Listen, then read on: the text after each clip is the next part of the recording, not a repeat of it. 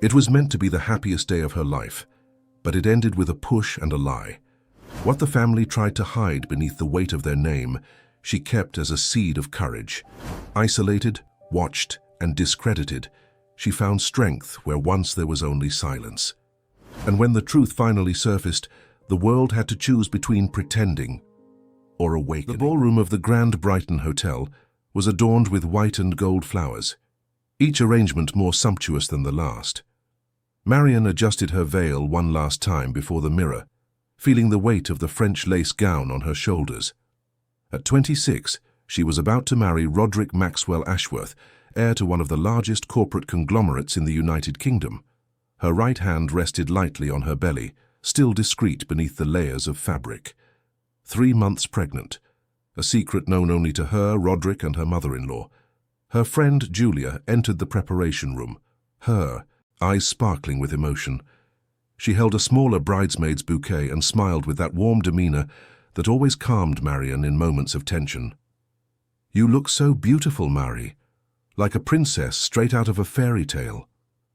Marian returned the smile, but something inside her trembled.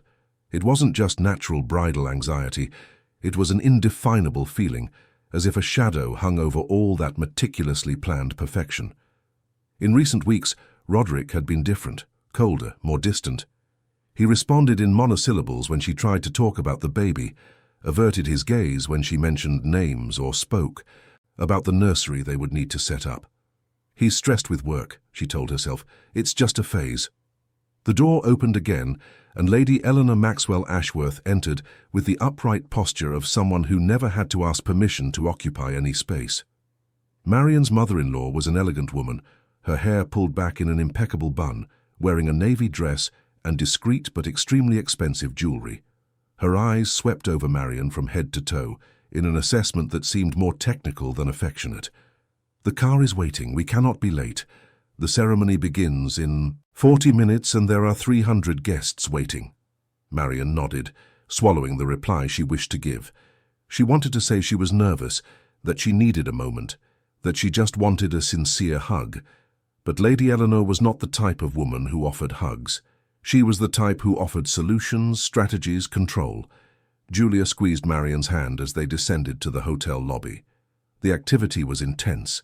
Security guards in discreet but alert attire were positioned at strategic points. The Ashworth family left nothing to chance. Everything had to be impeccable, controlled, perfect, for the lenses that would capture every second of that event, which was already news in the social columns of London. Marian's father waited beside the car, visibly uncomfortable in his rented tuxedo. Mr. Joseph was a simple man, owner of a small carpentry shop in Eastbourne. When Marian met Roderick at an art exhibition at the Tate Modern, he was suspicious. When he learned that his daughter's boyfriend was an Ashworth, he became even more so. But Marian seemed happy, and that was enough for him. "My daughter, are you sure about all this?" he asked softly as he helped settle her dress in the car. "Yes, Dad. I love Roderick." Mr. Joseph merely nodded, but his eyes said something else. They said he knew men. He knew the weight of different worlds. He knew the price women paid when they decided to cross those invisible but brutal borders. The arrival at the church was a spectacle in itself. Accredited photographers, security guards forming a human corridor, elegant guests filling every pew of the imposing St. Paul's Cathedral with its privileged view of the River Thames. Marian stepped out of the car holding her father's arm, and for the first time she felt the true weight of that moment. It wasn't just a wedding. It was a public performance, a corporate event disguised as a romantic celebration. Roderick waited at the altar, impeccable in his custom-made tuxedo. Tall, with dark hair combed back, a strong jawline, and eyes that already commanded boardrooms at 32. When his eyes met Marian's, she searched for the man who had won her over with whispered poems by Brighton Pier, with impromptu dinners in his penthouse, with promises to build a life different from the coldness in which he was raised. But what she saw was something else, something hard, something that made her hesitate for a fraction of a second before resuming her walk. The ceremony proceeded according to protocol. Vows were exchanged, rings placed, the priest blessed the union. Marion felt her heart racing, not from joy but from an apprehension that grew with each passing minute. When they were finally declared husband and wife, applause erupted. It was official. She was now Marion Maxwell Ashworth. Leaving the church was choreographed like everything else. Rose petals thrown into the air, smiles for the cameras, Roderick holding her hand with a firmness that bordered on excessive pressure. They were descending the church steps when it happened. Roderick stumbled, or so everyone would say later, but Marion felt it. She felt his hand abruptly releasing hers, felt the disguised push in her back, felt her balance fleeing as her body projected forward. The world spun. She tried to grab onto something, anything, but her fingers found only air. The steps approached in slow motion, and then everything became too fast. The impact came forcefully. First her hip, then her shoulder, then her head hitting the stone, screams all around, hands trying to help, pain radiating from everywhere at once. But the first thing Marion thought, even before processing what had happened, was the baby. The only word she managed to whisper before darkness began to engulf her edges was that, baby. Julia was by her side in seconds, her face pale with panic. Someone was calling an ambulance. Lady Eleanor was already organizing the security guards to form a barrier against the photographers, and Roderick was there, kneeling beside her, but his eyes showed no despair. They showed calculation. She fainted, that's all it was, she fainted. His voice echoed, firm, for anyone who wanted to hear. The heat, the emotion, the tight dress, she fainted. Marion tried to speak, tried to say she hadn't fainted, that she had been pushed, but the words wouldn't come out. Her vision blurred, sounds became distant. The last thing she saw before closing her eyes was Julia's face, tears streaming down, and behind her, discreet but unmistakable, the hotel's security camera, positioned exactly on the corner, pointed at the church steps. When she woke up, she was on a stretcher being placed inside an ambulance. Pain throbbed in every part of her body. Roderick got in with her, held her hand, but the touch was mechanical. The siren began to wail and the vehicle sped towards the London Clinic in Marylebone, the same place where the children of London's elite were born and where emergencies were treated with surgical discretion. Lady Eleanor followed in another car, already on the phone, organizing the official narrative. The family's press advisor was already being activated. Everything would be controlled. Everything would be explained. Everything would be, as always, perfectly managed to protect the Ashworth name. Dr. Henry Taylor had 20 years of experience in obstetric emergencies and had learned to read signs beyond test results.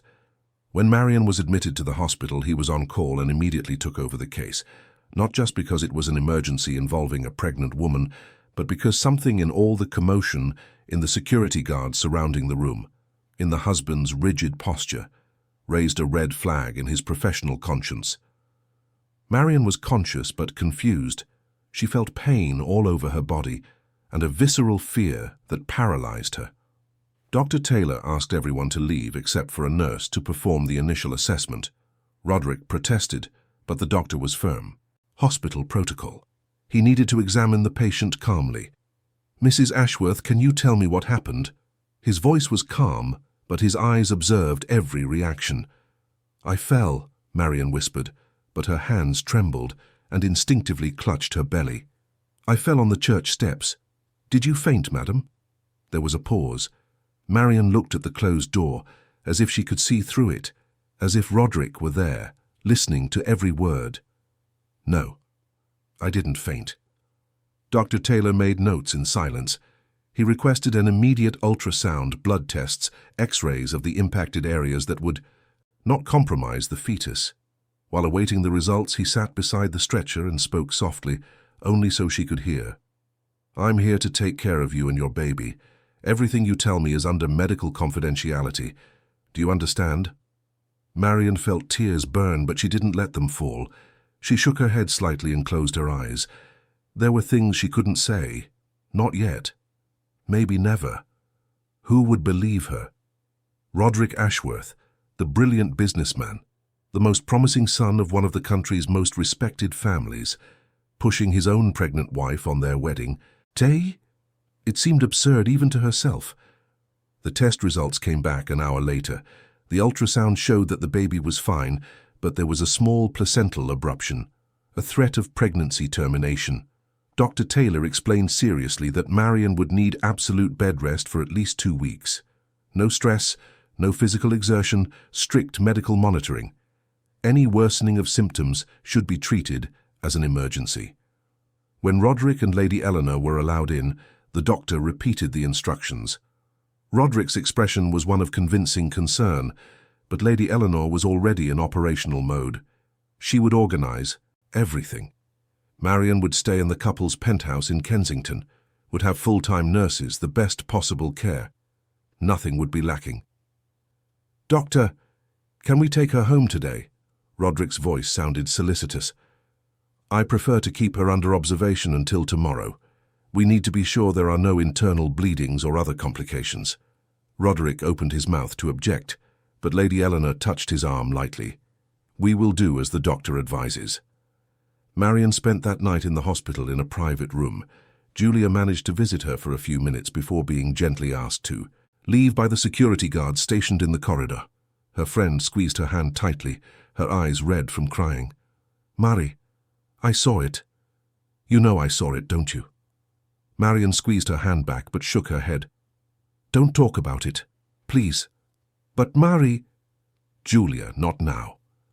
Her friend understood the message, but before leaving, she whispered something that would be etched in Marion's memory. "I'll help you. Somehow I'll get you out of this." The next morning, Marion was discharged with a list of medical recommendations and prescriptions. Roderick helped her dress with theatrical gentleness, as if playing the role of a devoted husband. The penthouse in Kensington was in one of the city's most prestigious addresses, occupying the top floor of a building with sea views. When they arrived, everything was already prepared. Flowers in every room, a uniformed nurse waiting in the living room, and Lady Eleanor supervising every detail. Marion was led to the master bedroom, where the king-size bed had been made with new sheets and orthopedic pillows. The nurse, a middle-aged woman named Celia, explained the routine. Medication schedules, balanced diet, absolute bed rest. Marion would need to stay lying down, most of the time only getting up for basic needs. "Where's my phone?" Marion asked, looking for the bag she had taken to the hospital. "It's charging," Roderick replied too quickly. "You need to rest, Mari. No worries, no stressful calls." "But I need to tell my father, my mother—" "I've already told everyone. They know you're fine and need rest. I'll bring your phone later." Later never came. There was always an excuse. The charger was faulty. The phone had turned off and he forgot to turn it back on. It was better for her not to worry about. Messages from people wanting to know details of the accident. The word accident was always emphasized, as if repetition could transform it into absolute truth. The days began to drag with suffocating slowness. Marion woke up, had breakfast in bed, dressed the abrasions that were still healing, took her medicine, had lunch, slept, woke up, had dinner, tried to read, but couldn't concentrate. Roderick left early for work and returned late. When he was home, he was overly attentive, an attention that felt like surveillance. Lady Eleanor appeared every day, always with some new instruction, always observing everything with that calculating gaze. Celia, the nurse, was polite, but clearly followed orders that went beyond medical care. Marion noticed that the woman wrote everything down: how many times she went to the bathroom, how long she stayed awake, if she asked for anything specific. It was like being in a luxury prison, where the bars were invisible but absolutely real. The only window to the outside world was television, but even that was controlled. Roderick had programmed the channels to block news. "We don't want you to stress over bad news," he explained. Marion tried to argue, but she no longer had the energy for fights. It was on the 5th day of confinement that something inside her began to change. The physical pain was diminishing, but a different pain was growing.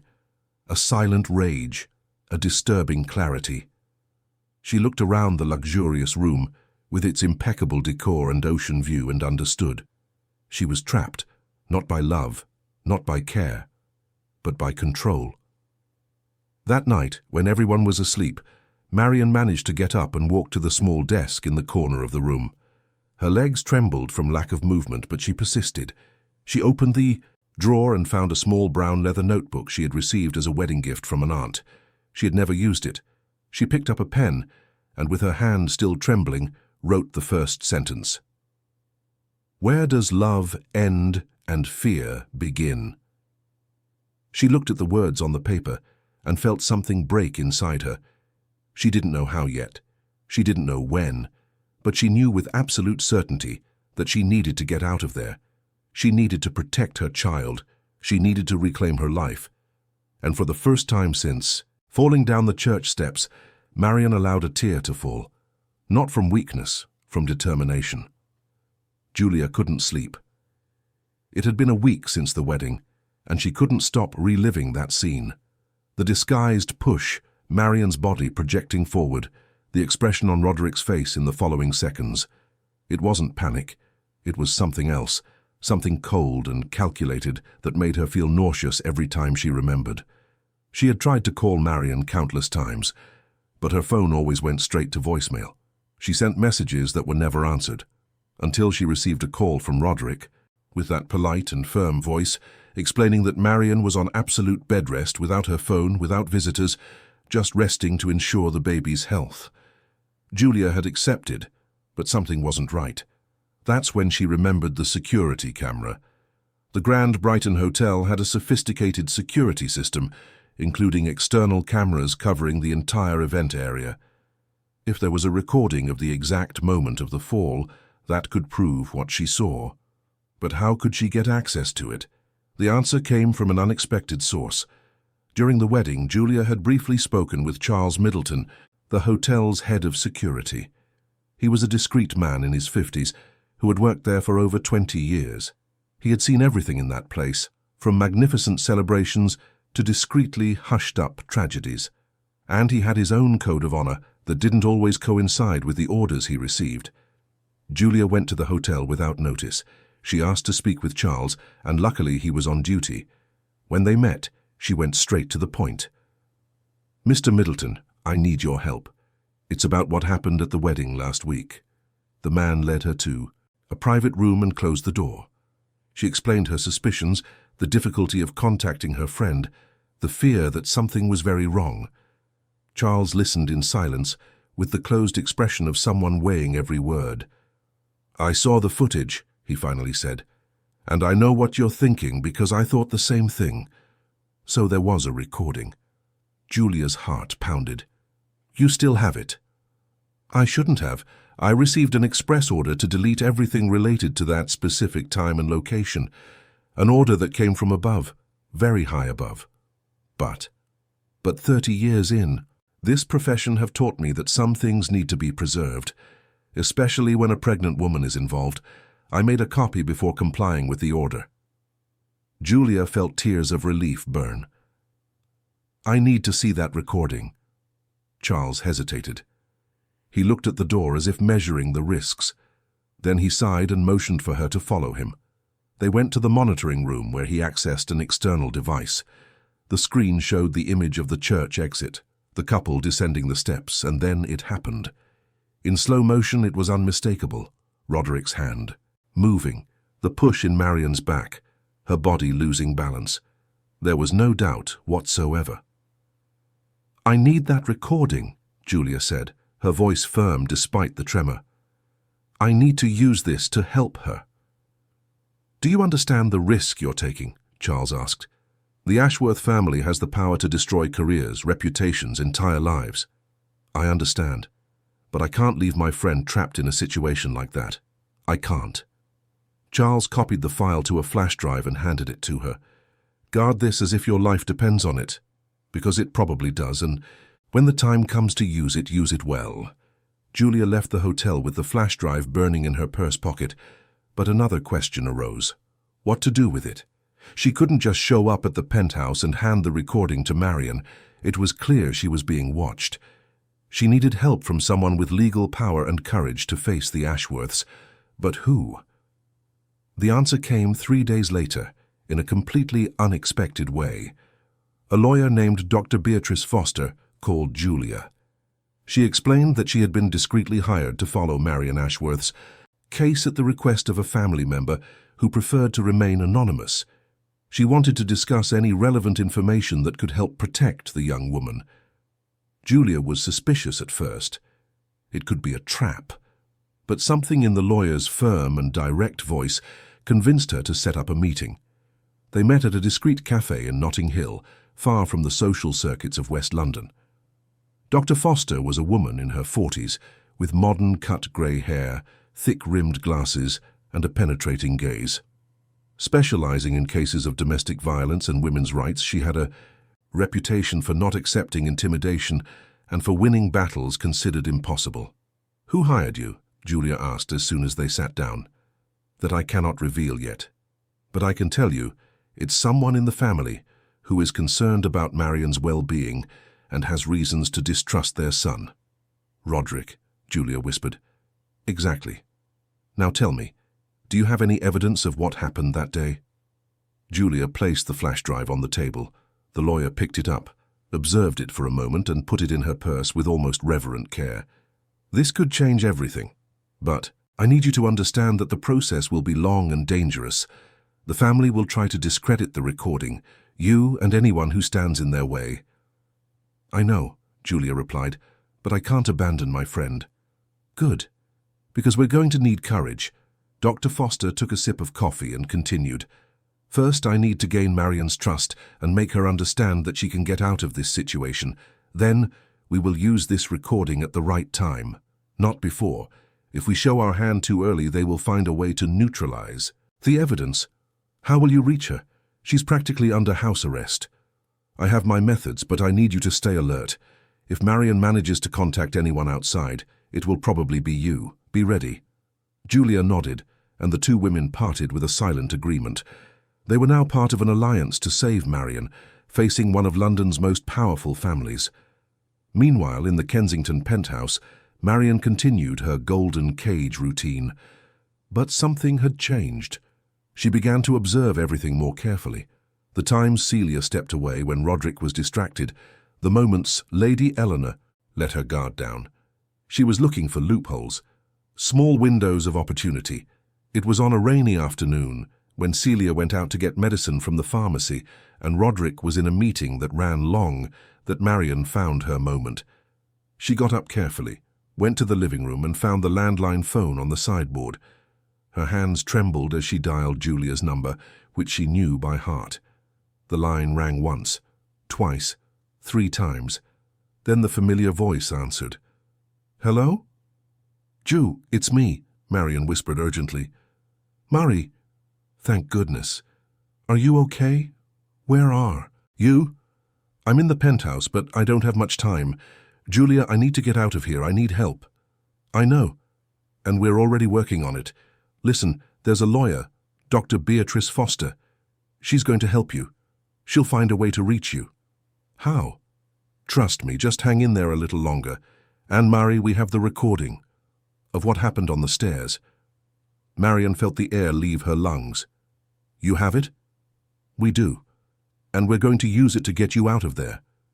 But it has to be at the right time, do you understand?" "I understand." Her voice was just a thread. "Thank you, Ju. Thank you for not giving up on me." "I would never give up on you. Now hang up before anyone notices."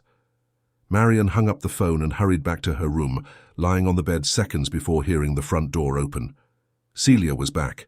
Her heart was still pounding, but for the first time in days, Marion felt something beyond fear.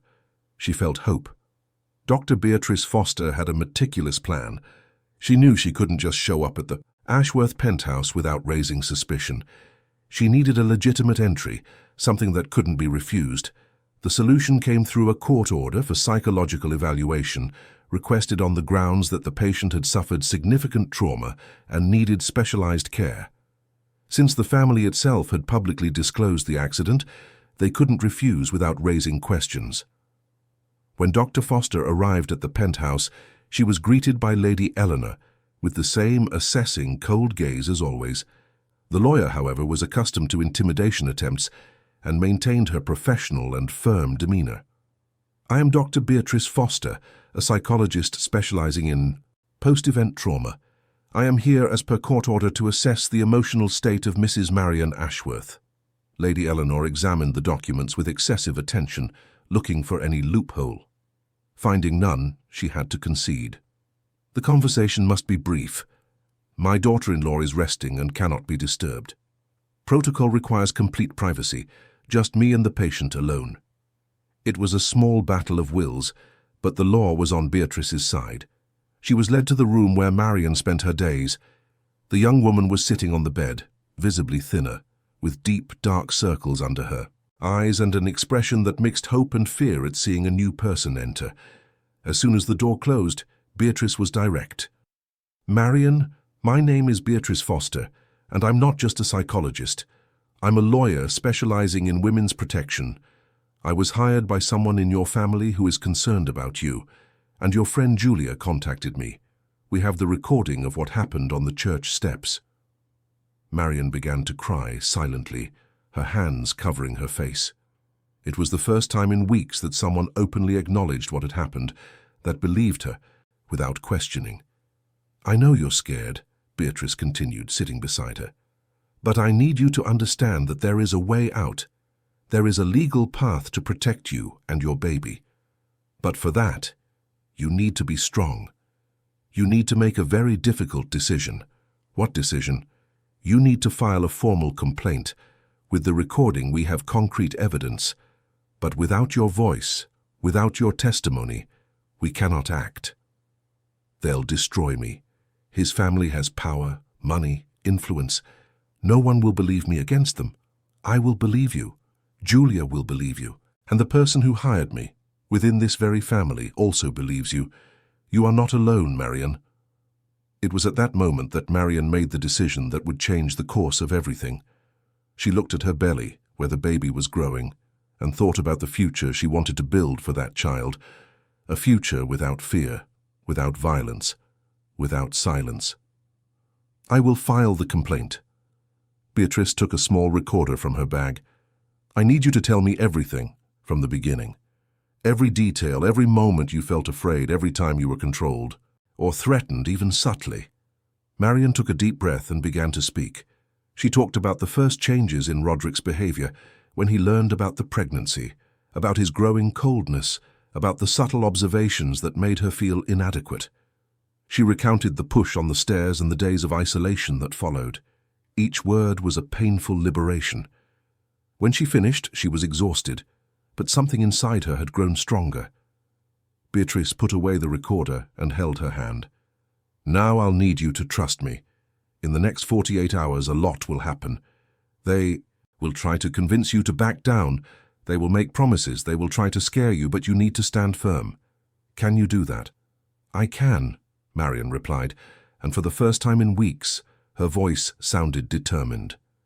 Beatrice left the penthouse carrying the recorded testimony, and knowing that the next step would be the riskiest. She needed to deliver everything to the person who had hired her services, the person within the Ashworth family who was willing to do the unthinkable. Confront their own son. Anthony Maxwell Ashworth was 73 years old and the patriarch of the corporate conglomerate that bore his surname. He had built an empire from a small construction company inherited from his father and transformed it into one of the largest business groups in the country, operating in civil construction, energy, and telecommunications. He was a respected, feared man, and until that moment, he had never allowed anything to tarnish the family's reputation. But Anthony carried old wounds. He grew up under the authoritarian fist of a violent father, who beat his mother and children with the same coldness with which he conducted business. He promised himself he would be different, that he would never allow that cycle to repeat, and for years he believed he had kept that promise, until he began to notice signs in Roderick's behavior. Excessive coldness, control, the need to dominate. When he learned of Marian's fall on the stairs, something stirred within him. He didn't believe the fainting version. He knew his son too well. That's when he decided to hire Beatrice Foster, asking for total discretion. He wanted the truth, even if it destroyed everything. Now sitting in his private office, Anthony watched the recording for the first time. He saw the clear and deliberate push, saw Marian falling, saw his own son's face in the following seconds, he felt his stomach churn. It was like looking into a mirror of the past, seeing his own father in Roderick. Then he listened to Marion's recorded testimony. Every word was a dagger to his certainties, to his legacy, to everything he believed he had built. When it was over, Anthony turned off the devices and remained silent for long minutes. Beatrice waited, knowing that his next move would define everything. The patriarch finally spoke, his voice hoarse with contained emotion. "What do I need?" "To do? We need to protect Marion. That means getting her out of there, ensuring she has legal and medical support, and keeping Roderick away until everything is properly investigated. Eleanor will resist. Eleanor will be contained. With all due respect, Mr. Anthony, but your wife has been a silent accomplice in all of this. We need to act quickly and decisively." Anthony nodded. "Prepare everything. I will do what I should have done a long time ago. I will confront my son, and I will ensure that justice is done no matter the cost." That same night, Anthony called. An emergency meeting at the company headquarters. Roderick arrived thinking it would be another business discussion, but found his father alongside Beatrice and 2 other family lawyers. The expression on the patriarch's face made Roderick's blood run cold. "Sit down, Roderick." "Father, what's going on?" Anthony threw a folder on the table. "Open it." Roderick opened it and found screenshots from the recording. His face paled. "Where did you get these?" "The right question is, why did you do this? Why did you push your pregnant wife in public in front of hundreds of people?" "That's a lie." "It was an accident. She fainted." "I have the full recording. I have her testimony and I have witnesses. Stop the lies, Roderick." It was the first time Roderick saw his father cry, silent tears streaming down the aged face of the man who had always seemed unshakable. "I spent my whole life trying to be different from my father, trying to build a family based on respect, not fear. And you became exactly what I always feared." Anthony's decision was immediate and ruthless. In that same meeting, he announced that Roderick was suspended from all company functions until further notice. His personal accounts would be frozen, with the exception of the minimum necessary for basic expenses. And most importantly, he would not be allowed to approach Marion under any circumstances. Roderick tried to argue, then plead, then threaten. But for the first time in his life, he discovered that the power of the surname was not his, it was his father's, and his father had chosen a side. "You will leave this company and this house today," Anthony said with absolute firmness, "and you will reflect on the kind of man you have become." Meanwhile, a carefully planned operation took place in the Kensington penthouse. Beatrice arrived with a medical team and 2 bailiffs. Lady Eleanor tried to block their entry, but the court order was clear. Marion would be transferred to a safe location under legal protection. "My son will sue all of you," Eleanor screamed, losing her elegant composure for the first time. "Your son is being investigated for assault," Beatrice replied calmly. "And you, as a witness who chose silence, could also be held accountable for complicity. I suggest you contact your lawyers." Marion was taken to a house in the Cotswolds in the hills owned by an organization that sheltered women in at-risk situations. It was a discreet place, surrounded by nature, far from curious eyes and veiled threats. For the first time in weeks, she could open a window and feel the fresh wind on her face without fear.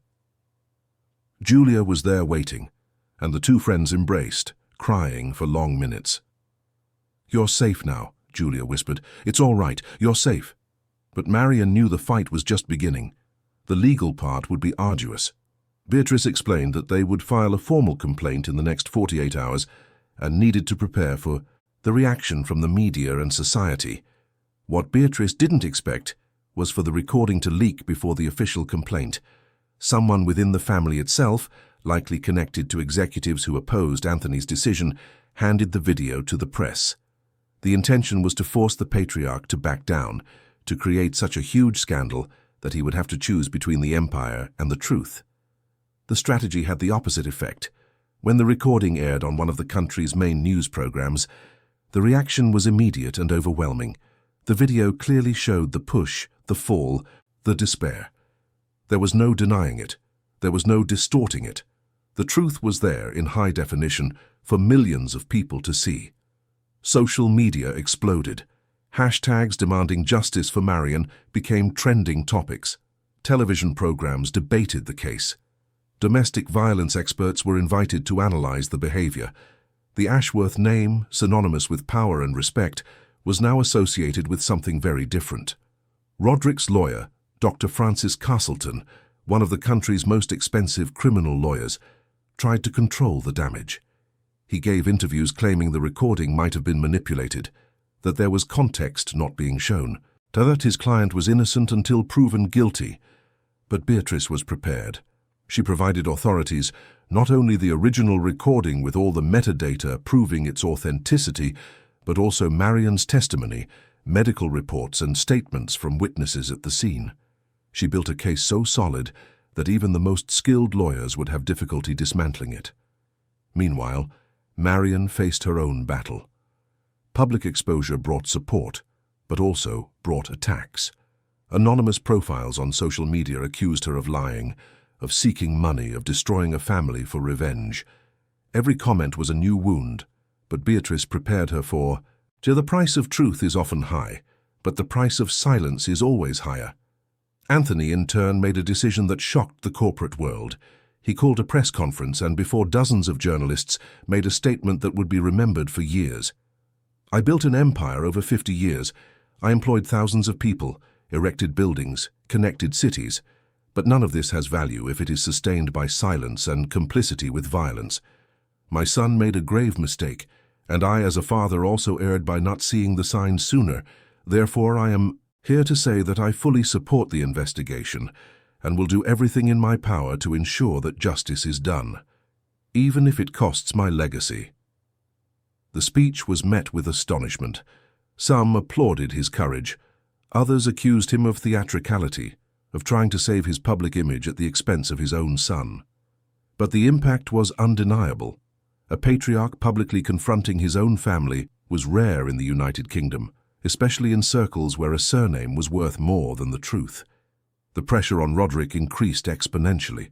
Company executives began to distance themselves from him. Friends stopped answering calls. Even his mother, Lady Eleanor, realized the tide had turned. In a desperate attempt to save what remained of the family's reputation, she agreed to temporarily step aside and cooperate with the investigation.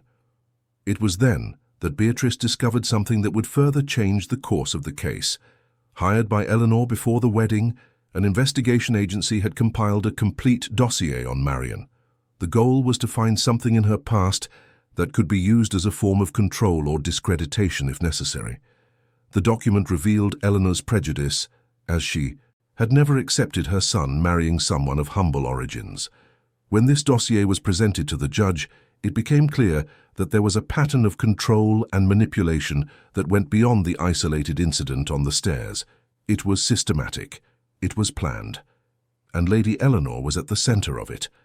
In the Cotswolds, Marion followed everything with a mixture of relief and exhaustion. With each passing day, she felt the weight of stress on her body. In the early 5th month of pregnancy, she began to experience difficulty breathing. The doctor accompanying her identified that the baby was developing a slight respiratory complication, likely related to the extreme stress Marion had endured. The news left her desperate. Beatrice had to literally hold her as she cried, blaming herself for everything. "I shouldn't have filed the complaint. I should have stayed quiet. Now my son is at risk because of me. Marion, look at me." Beatrice held her face in her hands. "Your son is at risk because you were assaulted, because you spent weeks under intense stress, being held prisoner. You are not guilty, you are a survivor, and now you are doing what needs to be done to protect both of you." It was Julia who finally managed to calm her down. She spent the night beside her friend, holding her hand, reminding her of all the times Marion had been strong, all the barriers she had already overcome in life. "You were born in Eastbourne, the daughter of a carpenter, and managed to graduate in business administration, paying for your own college. You've always been a fighter, Mari. Don't give up now." The preliminary hearing was scheduled for 2 weeks later. Due to Marion's health condition, The judge authorized her to testify via video conference without the need to physically appear in court. Beatrice prepared her for days, reviewing every possible question, every attempt at destabilization Roderick's lawyer might make. When the day came, Marion was pale but determined. She sat before the camera with Beatrice and Julia by her side. On the other side, in a courtroom in central London, were the judge, lawyers for both parties, Roderick and, in a surprising gesture, Anthony. Roderick's lawyer began with the expected strategy. He tried to question Marion's memory, suggest that the stress of pregnancy might have distorted her perception of the facts, insinuate that there was financial interest in the complaint. But Marion answered each question with clarity and firmness. Her voice trembled at times, but it did not waver. She told everything exactly as it happened, without embellishment, without dramatization, just the raw truth. The most impactful moment came when it was Anthony's turn to testify. The patriarch, who had never publicly spoken against the family, stood up and did something no one expected. Anthony Maxwell Ashworth rose in the courtroom, with the posture of someone carrying the weight of decades of silence. He looked briefly at Roderick, who averted his eyes, and then addressed the judge with a firm voice but heavy with emotion. "Your Honor, I am here not to defend my son, but to defend the truth. I saw the recording, I heard Marion's testimony, and I recognize in my son something I swore to myself I would never allow to repeat in my family." He paused, his voice faltering. "I grew up watching my father beat my mother. I promised it would be different, but I failed, because not teaching not to be violent is also a form of violence. I would rather lose my company, my name, and everything I built than be complicit in silence again." The silence that followed was absolute. Even Roderick's lawyer was speechless. The judge, a 60-year-old man who had seen everything throughout his career, seemed visibly touched. He thanked him for his testimony and announced that he would deliver his decision in 24 hours. The next morning, the sentence came. An urgent protective order was granted, prohibiting Roderick from approaching Marion within a 500-meter radius. Immediate suspension of all corporate rights until the conclusion of the process. Formal opening of an investigation for assault and unlawful confinement. The judge in charge of the case, Judge Sandra Oliver, known for her firmness in domestic violence cases, made it clear in her decision that no surname was above the law. Lady Eleanor, confronted by journalists outside the courthouse, had a public emotional collapse. She broke down in tears, screaming that she just wanted to protect her family, that she didn't understand how everything had come to that point. For the first time, her mask of control completely fell. The cameras captured everything, and the image of the matriarch collapsing became a symbol of how destructive silence can be. Meanwhile, on a cold dawn in the Cotswolds, the alarms of the safe house went off. Roderick, in an act of desperation, had managed to discover where Marion was hidden and tried to invade the property. Security guards stopped him before he got near the house, and the police were immediately called. The attempted approach violated the protective order and further aggravated his legal situation. Beatrice used the incident to request preventive detention, but the judge opted for electronic monitoring and compulsory admission to a psychiatric clinic for evaluation. Roderick was diagnosed with impulse control disorder and began mandatory treatment. It was not an excuse for what he did, but it was a recognition that he needed urgent professional help. Marion, shaken by the attempted invasion, went into premature labor 2 weeks later. The accumulated stress took its toll. At 3 in the morning on a winter Sunday, she was rushed to the hospital. Julia and Beatrice accompanied her in the ambulance, holding her hands as she fought through contractions. The baby was born at 6:43 in the morning, a boy, small but healthy. When the nurse placed her son in Marion's arms, she cried as she had never cried before. They were tears of relief, of fear overcome, of overwhelming love. She looked at that perfect little face and whispered, "You made it. We made it." Beatrice, who was present at the birth, felt her own tears fall. In all her years in the profession, she had witnessed many stories, but few had touched her as deeply as that one. Julia took dozens of photos, capturing the moment when life triumphed over fear. News of the birth reached Anthony a few hours later. The patriarch, who was recovering from heart surgery due to the stress of recent months, asked to be taken to the hospital as soon as he was medically discharged. 3 days later, he entered Marion's room holding an envelope and a white rose. "I came to meet my grandson, if you'll permit me." Marion hesitated. This man was the child's grandfather, but also the father of the one who had hurt her. The relationship would always be complex, but she saw something genuine in his eyes: remorse, pain, and a real desire for reparation. "You can come in." Anthony approached slowly, looked at the baby sleeping in the crib, and smiled with tear-filled eyes. "He looks like you. He has the family nose." Marion didn't respond, just watched. Anthony opened the envelope and handed it to her. "It's the deed of foundation for an NGO, the Gabriel Institute, named after your son. It will be dedicated to supporting women in at-risk situations, offering shelter, legal and psychological assistance. I want you to be the president. I will finance everything." Marion read the document carefully. It was real. It was legal. It was an amount of money that could help hundreds of women. But she looked at Anthony with suspicion. "Why are you doing this?" "Because I spent my whole life building things, but I never built the most important thing. A family where people felt safe. I cannot change what my son did. I cannot change my own silence for years. But I can make something good come from this pain. You don't have to accept. You have every right.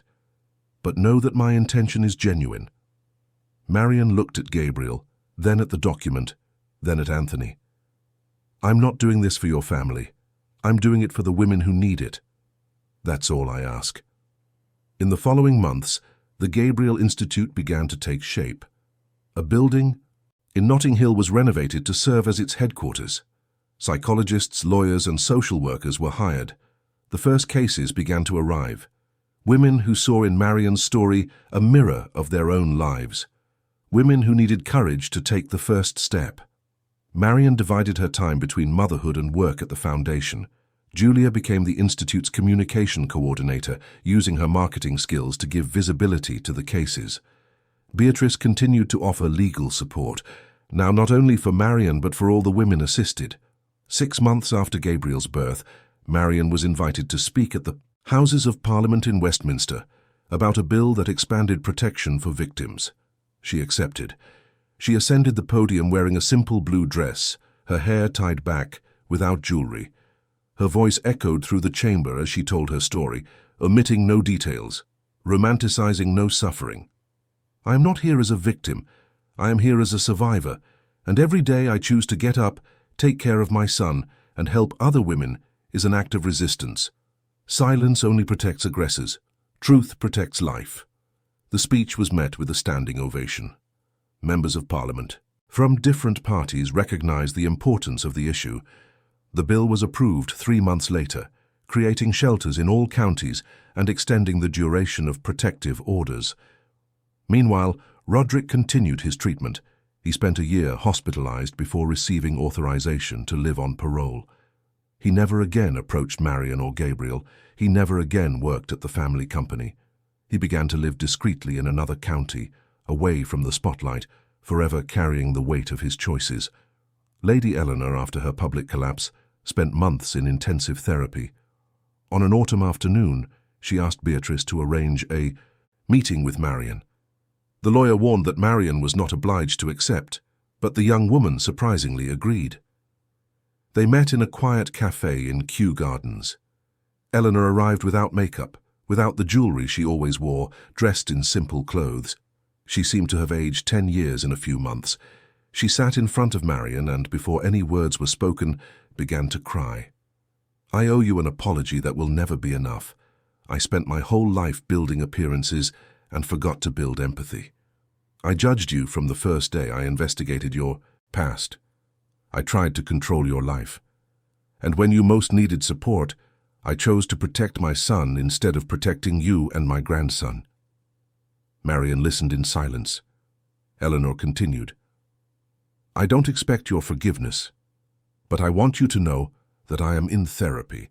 that I recognize my mistakes and that I have published an open letter taking responsibility, not to clean my image, but because it's the right thing to do." Marion took a deep breath before responding. "Forgiveness only has value if it is accompanied by action. If you truly want to change, donate to the Institute. Support other women. Use your influence to make a difference. Words are not enough." "I will do that. I promise." They did not become friends, probably never would, but there was a mutual recognition of human complexity, of the capacity to err and perhaps to try to repair. 5 years passed. Gabriel was 5.5, a smart, smiling boy who loved to draw. The Gabriel Institute had become a national reference, with units in 10 counties and over 1,000 women assisted. Marion, now 32, had become a respected voice in debates about women's rights. On the day of the inauguration of the Institute's main headquarters, on a spacious plot on the outskirts of London, hundreds of people gathered. There was a green area with olive trees, a sensory garden, equipped counseling rooms, and a cultural space. In the entrance hall, a photographic exhibition showed the faces of women who had passed through the Institute, faces of pain transformed into hope. Marion spoke before everyone. She talked about rebuilding, about the importance of naming violence, about the power of truth. Gabriel was by her side, holding her hand. As she finished her speech, he tugged on his mother's sleeve and whispered something. Marion bent down to listen to him and smiled. Then she picked up the microphone again. "My son just asked me if the people here also feel afraid. I told him yes, that we all feel afraid sometimes, but that being afraid doesn't mean being weak. It means being human, and choosing to act despite fear is what makes us strong." The applause was long. Anthony, already frail and leaning on a cane, watched from afar. Beatrice was by his side. "I did it," he whispered to the lawyer. "I managed to keep the promise I made to myself when I was just a boy."